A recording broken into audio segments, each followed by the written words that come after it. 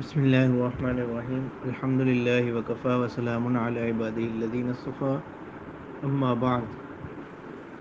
حضرت ابو طفیل رضی اللہ تعالیٰ عنہ وہ روایت کرتے ہیں کہ ایک مرتبہ سیدنا علی رضی اللہ تعالیٰ عنہ سے سوال کیا گیا کہ کیا اللہ کے رسول صلی اللہ علیہ وسلم نے آپ کو کوئی خاص ایسے احکامات بتائے ہیں جن کے ساتھ باقی لوگوں کو خاص نہیں کیا گیا، باقی لوگوں کو وہ نہیں بتائے گئے؟ تو حضرت علی رضی اللہ تعالیٰ عنہ نے فرمایا کہ ہم اہل بیت کو اللہ کے رسول صلی اللہ علیہ وسلم نے کوئی ایسی چیزوں کے ساتھ خاص نہیں کیا، یعنی کوئی ایسی احکام، کوئی ایسی باتیں نہیں ہیں جو خاص ہمیں ہی کہی گئی ہوں اور عام لوگوں کے بارے میں وہ نہ ہوں، مگر وہ جو میری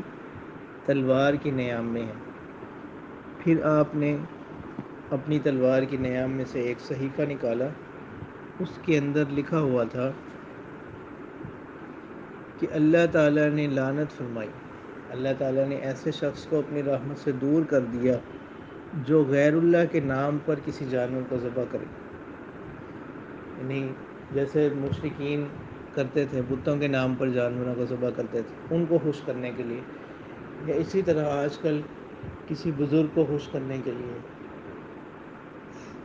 کسی پیر کو خوش کرنے کے لیے، یا اور کسی غیر اللہ کو خوش کرنے کے لیے جانور ذبح کرنا، اگرچہ ذبح کے وقت اس پر اللہ کا نام ہی کیوں نہ لیا ہو۔ تو اللہ تعالیٰ کہ رسول صلی اللہ علیہ وسلم فرمانے کہ اللہ تعالیٰ نے ایسے شخص کو اپنی رحمت سے دور کر دیا جس نے غیر اللہ کے لیے ذبح کیا۔ اور دوسرا شخص وہ جو زمین کے نشانات کو چرا لے، ایسے شخص کو اللہ تعالیٰ نے اپنی رحمت سے دور کر دیا۔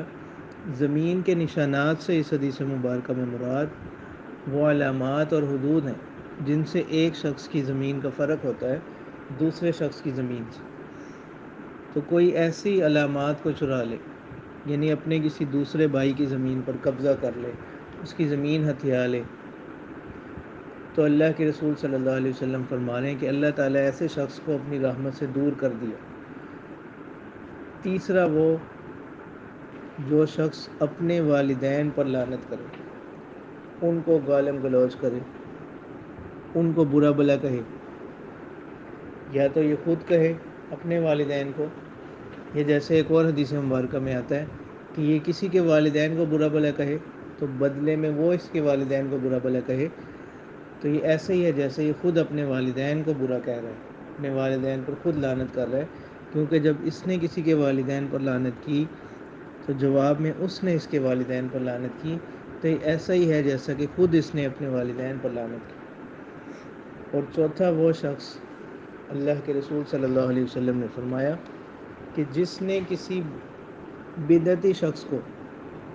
ٹھکانہ دیا، اپنے پاس پناہ دی۔ بدعت سے مراد کہ دین میں کوئی ایسی بات شامل کر دینا جس کی کوئی اصل نہ ہو، یا دین کے کسی حکم کو تبدیل کر دینا۔ تو جس نے ایسے شخص کو ٹھکانہ دیا اور اس کی عزت و تکریم کی، تو اللہ کے رسول صلی اللہ علیہ وسلم فرما رہے ہیں کہ ایسا شخص اللہ کی رحمت سے دور ہوگا۔ تو یہ چار لوگ ہیں جن کے بارے میں سرکار دو عالم صلی اللہ علیہ وسلم نے فرمایا کہ اللہ تعالیٰ نے ان کو اپنی رحمت سے دور کر دیا۔